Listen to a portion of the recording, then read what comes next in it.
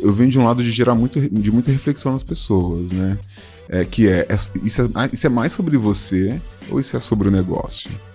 Eu preciso identificar, assim, você está trazendo mais a sua visão pessoal ou você está se importando realmente com o que vai trazer resultado e sustentar uma operação?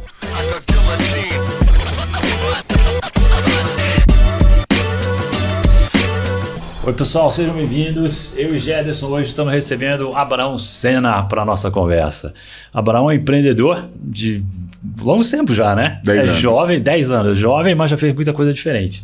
Bacana. Criou a Xiaomi lá no passado, depois vocês se juntaram à Rocket Seat e recentemente a Digital House veio e adquiriu as duas empresas. Exatamente, é isso aí. Primeiramente, super feliz de estar aqui com vocês. Muito legal ter você com a gente. É uma honra, a gente já vem de algumas dinâmicas aí do passado, né? De alguns encontros, enfim, de Passado recente, vamos passado frisar. recente, né? De alguns painéis bem colaborativos e produtivos, eu estou super animado de estar aqui. Mas, assim, falando um pouco sobre essa linha do tempo, acho que você pegou bem a estrutura dela. Sou empreendedor há 10 anos, venho de uma jornada nada óbvia, né? Que é o cara que sai da periferia e tem a sua vida transformada por meio do empreendedorismo. Então isso para mim é algo super impactante, né? E muito difícil por outro ângulo, porque eu tive que abrir caminhos com as próprias mãos, né? Com a própria força, e isso acabou exigindo bastante. Mas empreender é isso, né? Empreender é se transformar todo dia, ressignificar. Principalmente aqui no nosso país, né, Abraão? Exato. Nossa. Ressignificar os desafios e transformar todos eles em oportunidade, né? Então, para mim é super importante hoje poder narrar um pouco dessa história, que é engraçado, né, comentar também que eu começo toda a minha estrutura profissional na contabilidade, né? Aham. Estudei contabilidade. Isso também é típico, assim, né? As pessoas não sabem muito bem como começar, querem trabalhar, querem ganhar um dinheirinho. Exato. E muita gente vai fazer contabilidade, né? Administração e contabilidade, né? Hoje eu brinco que eu não quero nem saber da minha declaração de imposto de renda. Alguém faz para você, né? Alguém faz para mim. Show. E nesse processo eu fui auditor financeiro, trabalhei na KPMG. Bacana. Então tem toda uma conexão com o mundo corporativo. Então você começou no mundo corporativo, nesse lado de consultoria também, vendo empresas diferentes. Exato, mas aí eu decidi buscar algo a mais, aquela busca por propósito, não aguentava mais fazer relatório financeiro, fazer todo aquele processo, né, mais complexo. Desculpem os contadores, é um pouquinho chato, né? Não, mas eu acho que a tecnologia, a inteligência artificial tem muita coisa para mudar, é só a galera se abrir para o novo, né? E saio da KPMG, fico um ano tentando entender o que eu vou fazer da vida e falo, não, peraí, preciso empreender. E de uma forma bem engraçada, assim, encontrei meu sócio fazendo trabalho voluntário numa casa de recuperação de um coral que a gente participava. Você canta também? Não canto, tento. É meu hobby, né? Acho que isso mais escuto do que canto. Então, a partir daí a gente abriu alguns negócios até chegar a Xiaomi, até passar pelo processo ali de fusão com a Rocket Seat. Na sequência, a compra pela Digital House. Tá. O que você tentou antes da Xiaomi? A gente foi pro marketing, né? Então a gente fazia coisas assim, até engraçadas de contar, né? Acho que é melhor deixar isso pro making off. Porque teve desde assim, de marketing de cantor e cantora, capa de CD. A gente tentou entrar de qualquer forma nesse mundo de tecnologia. Começamos naquele momento pelo marketing, mas assim, não durou muito. Capa de CD. Isso, já fiquei curioso para saber que ano foi isso, né? Porque capa de CD você já deu aí a... Pois é, né? Não, tava em alta ainda nessa época, 2014... Acho que estava entrando ali o Spotify, mas já tinha uma mistura. Tava meio híbrido ainda, né? Esses dois mundos. Das plataformas de música, né? E a Xiaomi é educação para a tecnologia, não é isso? A Xiaomi, ela foi uma plataforma de hackathons, né? Que são aquelas maratonas de tecnologia que reúne profissionais de diversas habilidades para solucionar um desafio no período curto de tempo. Sim. A gente surfou, acho que a maior onda até então, né? Que foi quando exatamente esse tipo de iniciativa chegou no país. Só que o que a gente percebeu? Que esse formato de evento, de maratona, ainda não estava muito bem estruturado com metodologia. A Xiaomi, ela nasce para colocar metodologia nos hackathons. E aí, o que que ficou como alicerce principal dessa estrutura toda? A gente conseguiu formar uma comunidade dev muito expressiva e muito relevante para a época, e a gente conseguiu inserir metodologia e ser a ponte entre o desenvolvedor e a empresa.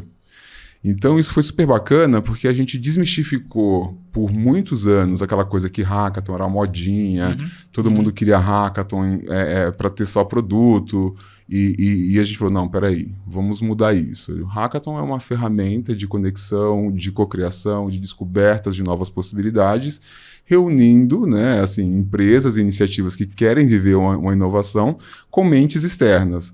Então a gente criou toda uma estrutura muito pautada nesse formato de inovar. Só que a gente sentiu que, poxa, a gente estava indo muito para uma esfera de educação. Porque consolidar um hackathon, a gente tinha que dar aulas e preparar os participantes para o que estava acontecendo no mercado. Então, ao mesmo tempo que a gente estava ali como um hub de inovação, a gente também estava falando de educação o tempo todo. Tá. E aí vem a Rocket City, que eu acho que é desenvolver devs. Exato. Aí entra com a pegada de educação de verdade. Exato. Forte. E nesse momento, a gente começa a fazer alguns processos ali por mês de 2019, a gente já começa a fazer alguns processos conectados à Rocket City. E aí a gente olhou assim e falou, poxa, a gente está fazendo tanto projeto bacana, ou nós vamos ser concorrentes, né? Ou a gente precisa se unir de alguma forma.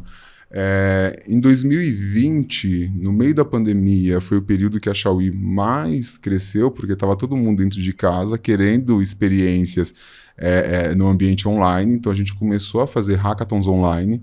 E é engraçado porque isso já estava previsto no nosso plano de 2019. E se a gente não tivesse pivotado o negócio ainda em janeiro, com certeza em março de 2020 a gente estava quebrado, não teria como seguir com o negócio. Vocês fizeram a primeira edição ainda antes da pandemia. 2 meses antes da pandemia, em janeiro. E foi muito interessante porque nesse ano nós ganhamos o prêmio de startup do ano. De quem era esse prêmio? Da ABS Startups. ABS Startups. Exato. Muito então, para mim é algo muito significativo porque tem um comercial de uma marca de esportes americana que traz o Phelps ali como seu grande garoto propaganda. E foi um ano que eu fazia live das 9 da manhã às 11 da noite. Então eu não sabia o que estava acontecendo. Né? Nesse processo eu engordei muito, cheguei a 210 quilos, eliminei 100 quilos depois disso. Tem muita coisa para contar aí nesse meio. Nossa, só que eu me lembro que esse comercial, no final dele, ele traz toda a perspectiva de treino, da rotina do Phelps, né? O quanto, né, é sofrido e a gente só tem ali o lado a visão do campeão. E no final tem uma frase que solta, assim, que para mim marcou muito o meu 2020, que aquilo que você faz na escuridão te leva para a luz, né? E o meu 2020 foi muito isso. Então, cara, ganhamos um prêmio, fizemos uma fusão com uma escola de educação que forma desenvolvedores, que era pioneira no setor, enfim, dá um show até hoje. Ainda depois da venda, eu sigo como sócio, acompanho toda a dinâmica dia a dia.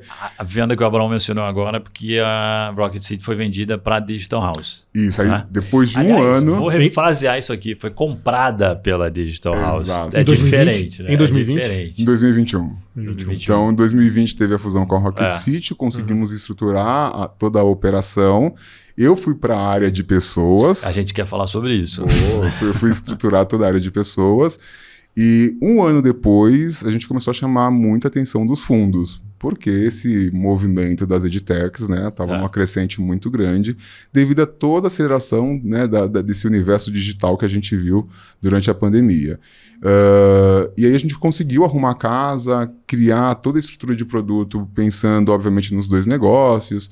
Tivemos aí 2 bons anos e fomos, no período seguinte, comprados pela Digital House.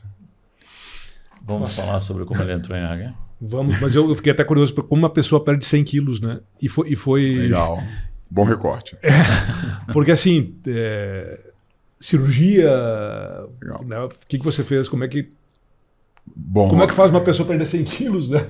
Vamos lá, vamos fazer esse parênteses antes de entrar no RH. Esse papo para mim é super importante porque eu venho de uma família muito humilde e eu fui o único empreendedor. quando eu me deparo em 2020 com todas essas conquistas no lado profissional, mas o lado pessoal carregado de depressão, ansiedade, insegurança, entre outras coisas, né? Que é um processo muito difícil. Eu olhei para mim e falei assim, poxa, eu tô caminhando para uma venda de um negócio, para uma oportunidade única, que eu acho que da onde eu saí, pode ser que eu seja a única pessoa a passar por uma experiência como essa.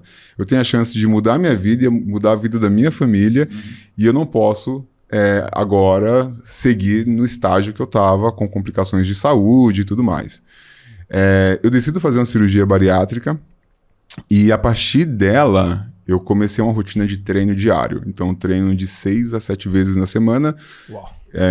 Enquanto eu estou no processo de recuperação muscular, se eu não estou treinando, eu estou fazendo cardio, né?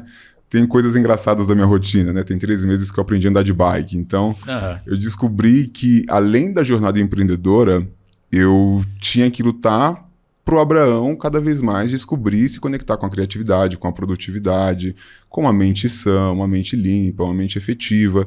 E no esporte, nessa transformação física, eu descobri esse Abraão. Então, para mim, assim, esse processo de emagrecimento é uma conquista que se equipara a toda outra conquista profissional como empreendedor que eu tive. Mas foi uma luta para, de fato, poder viver esse novo, né? Para poder continuar essa história. E em 3 meses, assim, pós cirurgia, eu fiz os exames e todas as doenças que eu tinha ali foram eliminadas com esse emagrecimento. Bom, que bacana. Esse comercial do Michael Phelps é bem legal. Então, quem não conhece, dá uma procurada aí no YouTube, com certeza vai encontrar. Né? Posso falar o nome da marca? Eu acho que sim. Né? Pode. Bom, quem sabe eles não se interessam em patrocinar o nosso podcast também. Então, diga aí. É um comercial da Under Armour. É o Under Armour. Tá boa. Comercial incrível, emocionante. E eu uso muito para iniciar, às vezes, palestras. Final, não vou dar spoiler, deixa o pessoal procurar. Procura aí. Vale a pena. Então, vamos lá. Você é empreendedor, estudou contabilidade. Exato. Trabalha com devs. E aí, nesse movimento de fusão e depois de venda, você entra nos recursos humanos, né? Quantas pessoas eram já na empresa inteira, então, depois desses movimentos? Assim, foi o seguinte crescimento, né? Na Xiaomi a gente chegou até 20 pessoas, a Rocket City 30, no movimento de fusão a gente foi ali para 45 e chegamos até a 100. Tá. Né? Quando a gente fala ali do processo de venda, a gente já vai para uma estrutura com mais de 1.000 colaboradores, né? Após a aquisição. E você foi ser o RH dessas 1.000 pessoas? Eu continuei focado na Operação Brasil, Rocket City, né? Mas acompanhando todo o movimento global da Operação América Latina, acompanhando os movimentos e criando as ações de sinergia entre os negócios, né? Mas sempre focado na Rocket City, mas levando toda a estratégia e trazendo também a estratégia do todo para o nosso dia a dia. Tá. Por que você topou o desafio de ir para RH? Boa, vamos lá. Eu gosto de falar que eu fui para exatas, mas eu acho que eu fui por exatas exatamente por que você trouxe. Aquela procura por algo para dar o primeiro passo profissional. Eu acho que eu fui por exatas por uma questão de orientação familiar, por uma questão de realidade social. Então, poxa, contabilidade, fácil acesso, fácil chegada, mercado bombando. Poxa, ali pensei, vou para auditoria e coisa e tal. Só que era engraçado porque na auditoria eu sempre fui o auditor bonzinho. Eu sempre fui o auditor que conseguia todas as documentações com o cliente. Tem a dinâmica do auditor mau e do auditor bom? Tem essa dinâmica. Assim, tão escancarado, né? Do auditor mauzinho e auditor bonzinho. Tem essa dinâmica, mas eu consegui ser o auditor bonzinho, que com 2 metros de altura, né? Assim, todo mundo se assustava, mas quando eu chegava, criava ali um laço, um vínculo. E nessa hora eu falei, poxa, mas por que eu não consigo ser o auditor, né, carrancudo, que coloca pressão, aquele estressado, polêmico? Nunca consegui ser. E eu notei ali, poxa, tem uma coisa com pessoas, com gente que é muito forte. Quando eu fui empreender, aí eu descobri isso na minha essência, assim, eu fazia as dinâmicas com os desenvolvedores, né, e criava interações no final do hackathon que faziam as pessoas às vezes até se emocionar. Eu lembro que a gente fez um projeto para um grande banco e tava todos os VPs assim sentados na frente, como iam ser jurados do hackathon, e eu tava ali fazendo a dinâmica de abertura da cerimônia de encerramento, digamos assim, e os jurados olharam para trás, os devs estavam se abraçando e chorando, emocionados, todo mundo se agradecendo pelo final de semana, que foi espetacular. E todo mundo olhou pra minha cara e falou assim, é um ambiente de tecnologia mesmo? O que está acontecendo aqui, né? O que você fez com essa garotada? Exato. Em 2 dias, né? E eu, basicamente, nesse momento, né, das interações, o que eu fazia? Eu tentava tirar todo mundo do seu lado mais técnico e levava, poxa, vocês passaram aqui 48 horas juntos, vocês criaram vínculos e se conectaram com pessoas que vocês vão levar para a vida. Será que vocês conseguem parar por alguns instantes e agradecer? Só que eu colocava uma musiquinha triste de fundo, né? Mas era para gerar a atmosfera, né? E aí as pessoas ali, os desenvolvedores, às vezes com 20 anos de mercado ou chegando agora, as pessoas realmente se conectavam, e é super bacana falar isso, porque muitos desses desenvolvedores, desses participantes, abriram empresas juntos, né? Criaram negócios. Muitos deles eu acompanho no LinkedIn e no Instagram, sabe? Estão até hoje fazendo reunião de trabalho juntos. Uhum. Então, para mim, não era só uma maratona de tecnologia. Eu tinha que levar esse lado, né, que está muito conectado às emoções, né? E quem mexe com isso? Quem está ligado com pessoas, né? Uhum. E foi muito engraçado porque uma vez uma pessoa me procurou e falou assim, você estudou comunicação não violenta? Eu falei assim, não.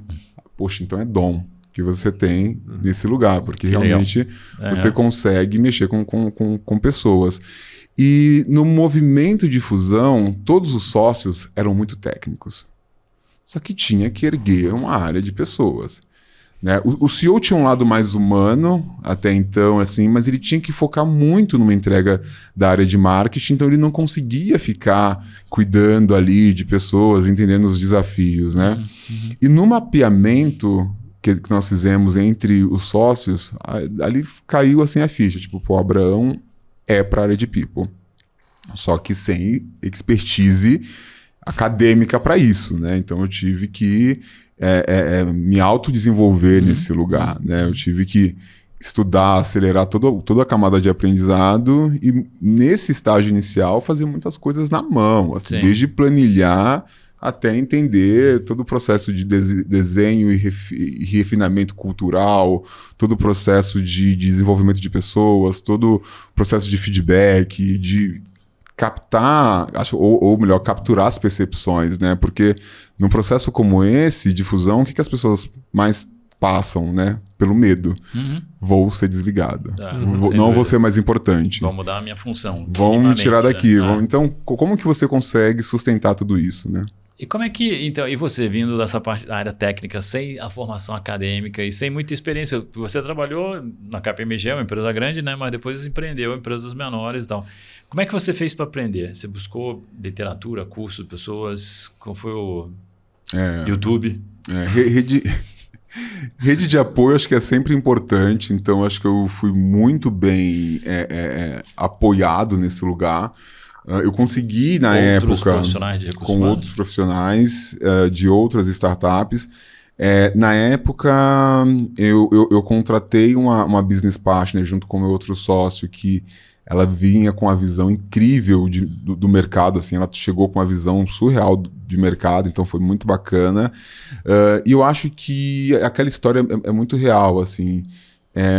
Um ano no universo das startups equivale a 10, 15 anos no universo convencional, corporativo. Uhum. Então, a dinâmica evolutiva para o aprendizado é outra coisa, assim. Então... Mentoria e colocar a mão na massa. Mentoria, acesso... Eu tive apoio das startups unicórnios, né? Certo. Então, eu conseguia entrar e acompanhar. Tipo, todas as startups que viravam unicórnio, eu já tinha atendido na Xiaomi. Então, eu tinha um acesso ao mercado muito grande. Então eu conseguia entender o que estava acontecendo localmente. Você tinha acesso, mas você ia atrás, né? Exato. Então eu fui mentorado por grandes e grandes nomes aí do ambiente de RH. Só que isso se uniu também com algo que eu acho muito bacana. Eu acho que a metodologia ela é importante, só que o feeling também. E o equilíbrio dos dois universos faz o novo acontecer. Então, quando eu me deparei com uma visão técnica da coisa, mas quando eu me deparei que cada realidade era uma realidade, que cada startup era uma startup com grana tinha um nível de facilidade de acesso para criar a jornada do colaborador que eu não tinha até então. Não tinha grana, eu vim de uma fusão e eu tinha que fazer a mágica acontecer. Então, com esse recurso, o que eu faço? Às vezes não dá para pintar a parede. Às vezes você vai ter que ir na parede cinza e fazer todo mundo ficar animado, entendeu? Achando que está no Google, acreditando que está no Google. Que vai sair do cinza, entendeu? Né? Exato. Acreditando que está no Google é ótimo. Então, é um desafio que eu passei que era... Como que eu me reinvento nesse lugar? Como que eu faço as coisas acontecerem nesse lugar, independente do quão eu tô formado ou com um nível de conhecimento, né, técnico elevado. Não, mas você já partiu de um lugar muito legal disso, assim, de entender que você precisava de um sistema único, de uma metodologia única para a empresa onde você estava. Que não adianta copiar dos outros o modelo de gestão de pessoas. Né? Cada lugar é único. Mas você foi bebendo em diversas fontes e foi vendo criando o teu, né? Exato. E capturando as boas práticas. Claro. Então, trazer tudo que era boa prática. Que fazia sentido para você também. Exatamente. E, por exemplo, uma coisa básica. Uma das empresas, das startups que me mentorava, no pacote de benefícios, eles tinham quase 40 itens. Eu não tinha como me espelhar naquele pacote de benefícios e oferecer os 40. Mas era engraçado porque tinha alguns que eram tipo, sei lá, eram coisinhas assim que, digamos que era uma parceria. O cara colocava ali, parceria de 5% para compra de livro, digamos assim. Coisas às vezes que eram até, não era um benefício palpável, assim, era algo que estava ali como uma possibilidade, como uma oportunidade, o famoso plus. Só que eu não tinha uma estrutura naquela época para criar uma conexão com a empresa X para fazer uma parceria, para conseguir... Eu não tinha esse tempo, porque eu ainda estava no básico. Então, enquanto eu estava com a empresa, a startup que estava me mentorando, negócio de frisar startup, né? Quando eu estava com a startup que estava me mentorando com 40 itens do seu pacote de benefício, eu estava com 12, com 8 no meu. Sim. Eu estava implementando o plano de saúde, eu estava seletizando a galera. Entendeu? Eu estava tendo ali um investimento absurdo no processo de transição de PJ para CLT. Mas era o que importava ter o pessoal naquele momento. Por isso que eu falo que eu peguei a boa prática e trouxe o feeling. E isso para o mercado, às vezes, é um incômodo, né? Porque o mercado só quer a visão técnica. Sim. E eu senti ali que não, se eu fosse só pensar na visão técnica, eu já estava assustando cerca de 50 pessoas com um processo de fusão, sem saber para onde elas iam, o que iam acontecer, entendeu? Então, assim, eu tinha que trazer o técnico, o metodológico, mas cuidar do humano ao mesmo tempo, né? Então, isso foi bem desgastante. Fala. Para você que acompanha o nosso conteúdo aqui no YouTube, do webcast, do podcast da Você Está Contratado e tem o interesse de colocar a sua marca, o nome da sua empresa no nosso canal, entre em contato com a gente. Empresário, empreendedor, você que é executivo de uma grande empresa. Vem junto! Fala mais desse momento de fusão e da ansiedade, do nervosismo, a incerteza que gera no quadro, né? E como é que vocês fizeram para administrar isso? Legal. Eu costumo falar que o maior problema da startup são os founders, né? Nós somos os maiores problemas. Fato. A nossa ansiedade tem ali o poder... Parte de vocês, né? Tem o poder de levar um negócio para frente ou destruir. E você me conhece, eu gosto muito de falar dos erros, né? Sim, no caminho, sempre, porque a gente romantiza muito a jornada empreendedora, né? Eu acho que o mercado é muito romantizado. Todo mundo adora contar só o lado bonito. E a gente fez ali naquele processo uma fusão muito abrupta. Por mais que trouxemos uma visão externa, por mais que a gente desenhou os steps, mas o processo foi raso. Né? Acho que hoje, se eu fosse passar por uma nova fusão, com certeza eu ia trabalhar em cima de ações muito mais imersivas. Então, por exemplo, com a liderança. Então, assim, a liderança soube de movimentos pouco antes da oficialização. Né? E eu preciso da liderança para passar a segurança para o time. E um dos desafios dessa dinâmica de fusão é que quando ela foi feita, a própria liderança já estava insegura com o movimento, porque eles souberam de forma muito abrupta. Claro. Então, assim, foi os 4, 5 primeiros meses foram muito complexos. Porque a gente Mas aqui teve tem 2 insights importantes já para quem está ouvindo, né? A importância da comunicação. Exato. E também do engajamento dos líderes logo nos primeiros estágios das conversas também, né? Porque eles é que multiplicam. Exato. Mas sabe o que eu acho que a primeira coisa que precisa acontecer? Os founders, eles precisam se sentir seguros com o processo e com a sua liderança. Eles não podem, porque isso não é maldade. O time vê como, poxa, maldade, né? Como estratégia, daí não é estratégia, né? É muito mais feeling também, exato. Né? Os sócios precisam parar de querer proteger suas lideranças, né? Que é o contrário, né? E aí criar... O efeito é o oposto. Exato. Criar caminhos para realmente essa liderança ter maturidade para entender as decisões. Então... Deixa eu fazer mais uma parte aqui, porque a gente escuta muito de RH, a equipe não está pronta, a equipe não está madura. Cara, mas se a gente não der esses desafios, não der essas oportunidades, nunca vão subir. Né? Para deixar a liderança topar ou não. Exato. Porque a liderança pode chegar para ti e fazer as suas também. escolhas. Né? É assim, é adultização dessa liderança, né? Gostei dessa palavra. Né? Porque assim, você fica tratando eles como, poxa, o cara não vai suportar, é muita pressão para cima desse líder, ele não vai ficar até o final. Eu acho que é isso que passa na cabeça do founder, né? Eu não posso perder esse cara nesse momento. Então deixa ele não saber, deixa eu carregar essa dor comigo. Mas o pessoal sente, né? Só que o pessoal fica nesse. E esse sentimento é muito mais de incerteza. O pessoal percebe que tem algo acontecendo. Porque tu vai criando só incerteza nesse líder, né? Tipo, puxa, aí no vácuo de informação começa a pensar um monte de coisa diferente. Né? Eu hoje, assim, pensando... Poxa, Bruno, que dica você daria para quem está fazendo isso agora? Eu já fazendo a pergunta, né? Para mim mesmo. Mas assim, eu acredito que um trabalho de fortalecimento da liderança antes de um anúncio como esse é essencial. E esse trabalho, ele vem desde ali de coisas básicas, né? Tipo, cara, qual é o perfil dessa liderança? Quem é mais sênior, quem não está nesse nível de senioridade, quem está um pouquinho no estágio inicial e vai se sentir inseguro. Cria as percepções, cria salas abertas, salas fechadas. São coisas simples que são simplesmente sustentadas pelo diálogo, que pode ser o pontapé inicial para outra camada de ações que vão trazer segurança. Mas o básico foi feito, né? E às vezes o que acontece... Eu falei de velocidade, né? Eu falei que às vezes 1 ano para uma startup são coisas de 5, 6 anos no mercado. Exato. A gente se perde nessa frase, que é uma realidade, e quer usar ela sempre até para justificar os erros. Não tive tempo. Pera aí que isso é interessante. Não tive tempo porque a nossa dinâmica aqui, ó, o universo de startup, o mindset é desculpa. É justificativa para erros, para não dar atenção a algumas coisas. Depende aonde ela é aplicada. Então, por exemplo, eu tive que acelerar todo o meu conhecimento no ambiente de pessoas num período mínimo. Não tinha tempo mesmo, né? Com certeza. Não tinha tempo, então, com certeza, se eu for contar a minha história com people, por exemplo, para uma grande empresa do setor tradicional, com certeza eles vão se assustar, porque eles vão falar, poxa, mas eu tenho uma pessoa ali que teve 5, 6, 10 anos de experiência no mercado para...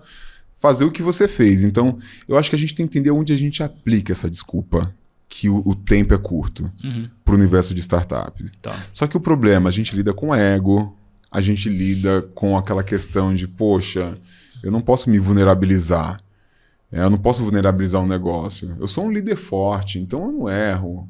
Então, Segura, assim, né? então o problema não foi que... O problema não é que eu não fiz o planejamento certo. O problema é que o tempo não deixa. E aí a gente acaba lidando com desculpas porque é conveniente. Então eu aplico esse ditado aonde me convém. E por isso que toda vez... É aceito, assim, né? É aceito, mas eu venho, assim, acho que principalmente pós a venda, né? Você cria uma independência, uma visão... Eu venho de um lado de gerar de muita reflexão nas pessoas, né? Isso é mais sobre você ou isso é sobre o negócio? Eu preciso identificar, assim, você está trazendo mais a sua visão pessoal ou você está se importando realmente com o que vai trazer resultado e sustentar uma operação?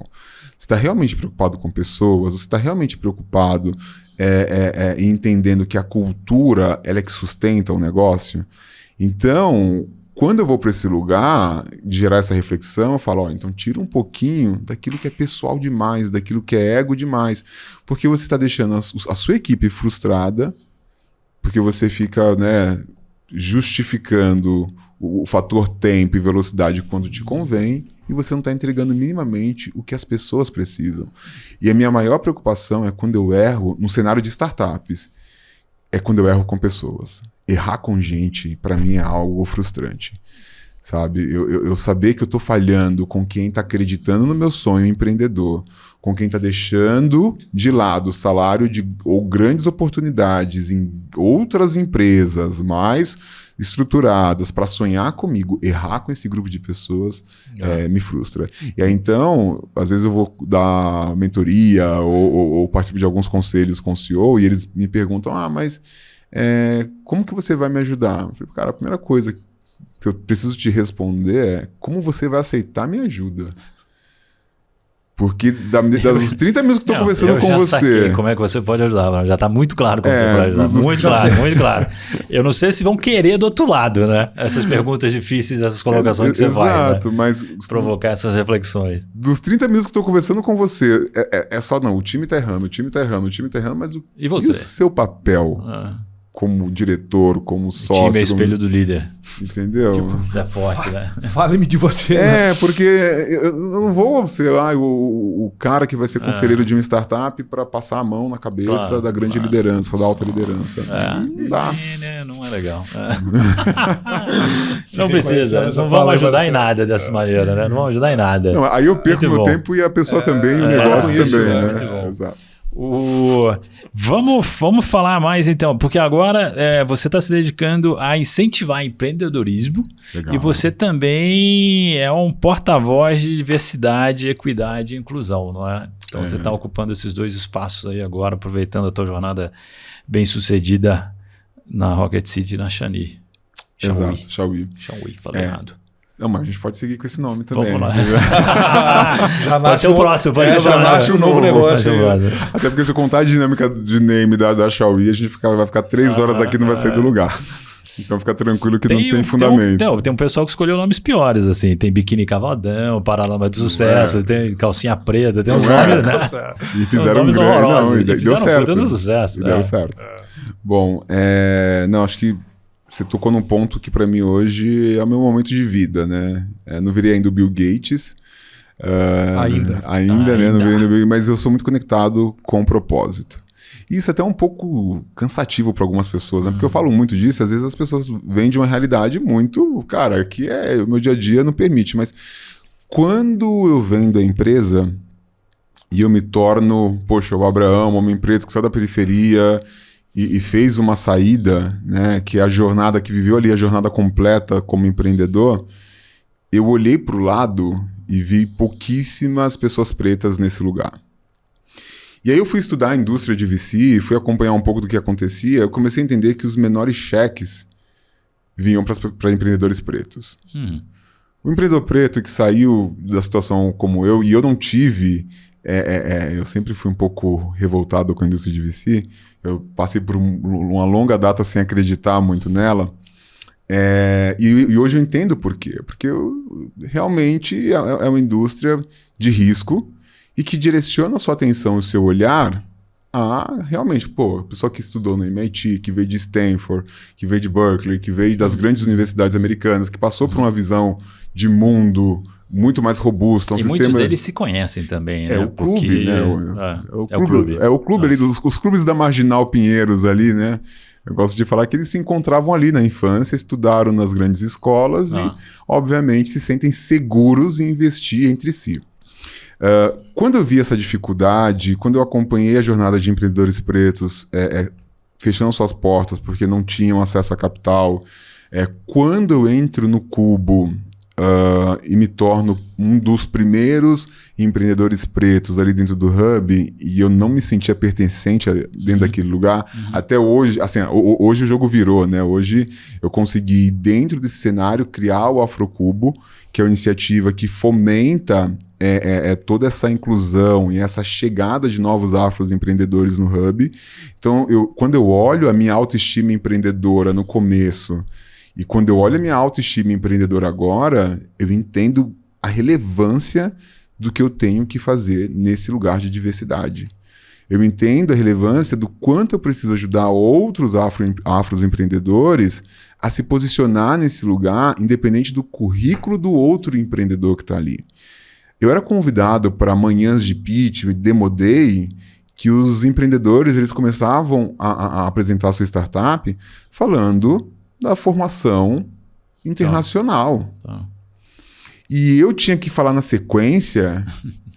E eu não tinha a mesma bagagem não tinha o mesmo selo para mostrar ali. Só que às vezes isso parece ser muito simples, né? Mas não é, na né? pele ali, né? no desafio do dia a dia, é muito complexo. Não é. E no final das contas não faz diferença nenhuma para o sucesso do negócio, né?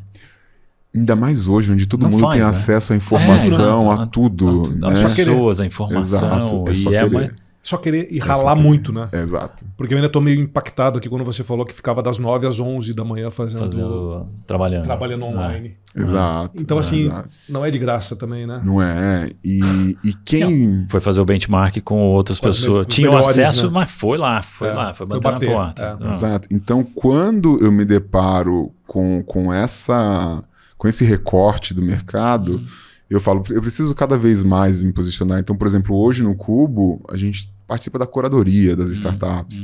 Eu consigo entender e ter uma visão de diversidade das startups entrantes. Eu consigo trazer e ter uma percepção e poder ajudar as startups que são fundadas por afroempreendedores que às vezes não estão no estágio para entrar no Cubo, mas eu consigo auxiliar eles a entrarem em outra frente, em outra iniciativa ou preparar o seu negócio para um outro movimento. Apenas o exemplo já deve ser uma tremenda força, assim, né? Um tremendo empurrão para esses jovens empreendedores. Assim. Também. O Abrão fez. O Abrão veio do mesmo lugar que eu vim. E ele conseguiu. Assim como você procurou outros benches no mercado para aprender para o teu negócio, você deve ser muito procurado hoje em dia, né? Muito, muito. Eu participei de um outro podcast em agosto e é um podcast que está correlacionado com o fundo de investimento e foi muito engraçado. Que depois desse podcast, a procura foi absurda, porque todo mundo achou que eu era uma figura conectada diretamente a esse fundo. Sim. Tá certo. E aí, o que eles acharam? Poxa, agora tem um homem preto ali que vai poder me ouvir. E isso foi muito bacana, né? Porque depois a gente até desenhou um MVP com esse fundo para fazer algumas iniciativas, mas eu não tenho correlação com esse fundo. Mas olha aí. Mas Você criou algo. Você estava ali dando uma entrevista, conversando e tal, e aí foi pro ar, e aí veio esse pessoal te procurando e você, tem que fazer alguma coisa para fazer aqui. E dá para fazer. E fez. Dá pra fazer. E fez. Isso é empreender, né? Isso é o que tem ali no core do empreendedor. E sabe qual que é meu grande ponto? Eu gosto muito de falar sobre isso, assim, porque todo mundo tem medo de mexer nessa caixinha de diversidade. Principalmente quando eu falo da indústria de VC, quando eu falo de um mercado que a gente sabe que ainda não é tão aberto a essas temáticas, porque mercado de risco, a gente sabe como que funciona. Mas uma coisa que eu acho engraçada é que me perguntaram assim, como começar? Por onde começar? Eu trouxe a simplicidade na resposta, que é como você começa qualquer outra ação com o MVP. Todas as startups que você chega aqui, que chegam aqui, na verdade, para pedir dinheiro, para pedir um cheque, eles começam com o MVP. Por que vocês não podem iniciar um programa? Não precisa investir em 100 startups lideradas por homens ou mulheres pretas. Não precisa. Às vezes, você vai dar atenção a uma. Às vezes, você vai quebrar o fluxo fazendo ou trazendo uma atenção diferenciada para uma. Só que todo mundo acha que o resolver, o pôr a mão na massa é atender 100 startups, é poder fazer número, é poder fazer aquele buzz. E às vezes não é. Começa no simples.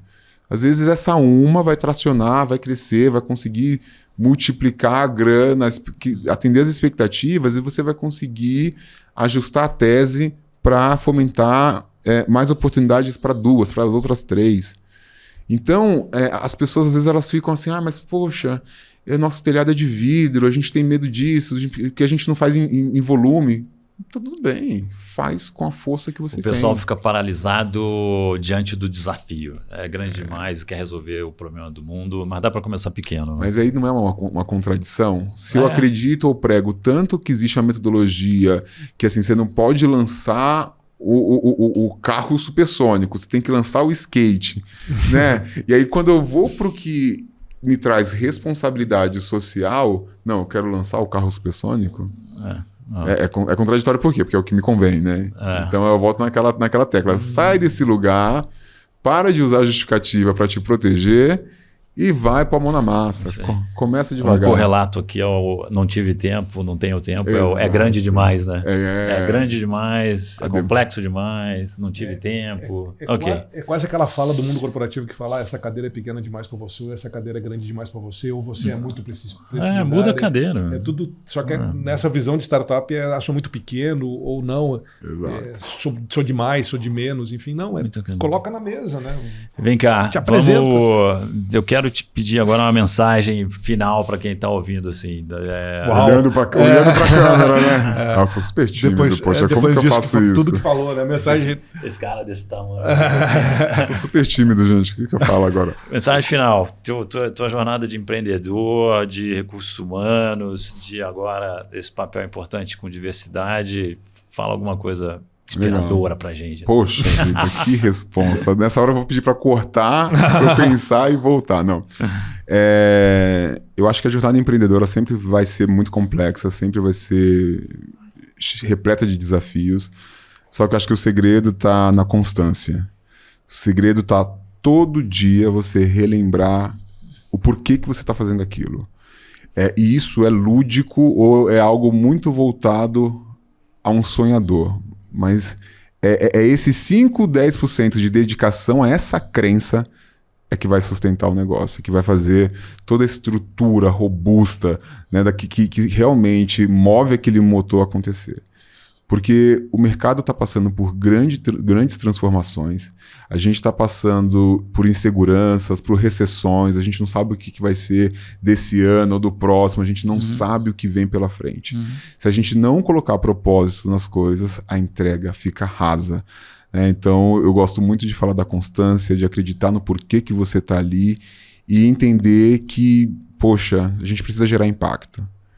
E às vezes eu posso gerar impacto com a minha solução, com o meu produto ou com ações adicionais que eu posso me atentar, principalmente quando dentro desse ambiente de RH, que lida com gente, que lida com a realidade do dia a dia mesmo, que são as emoções das pessoas, ainda mais quando o RH se torna muito, muito, muito justo no lugar de realmente trazer o técnico, trazer a metodologia, mas pensar que é eles que vão fomentar a transformação.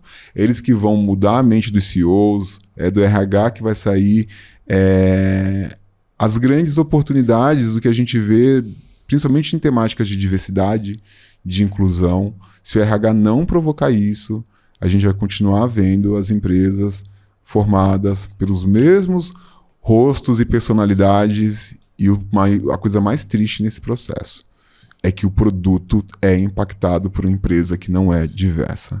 A entrega, ela é impactada. Então, eu torço muito para que os empreendedores não desistam, sejam constantes e que os RHs possam ser cada vez mais a liderança de sustentação dos pilares de cultura e do negócio como um todo. É isso. Você falou do RH...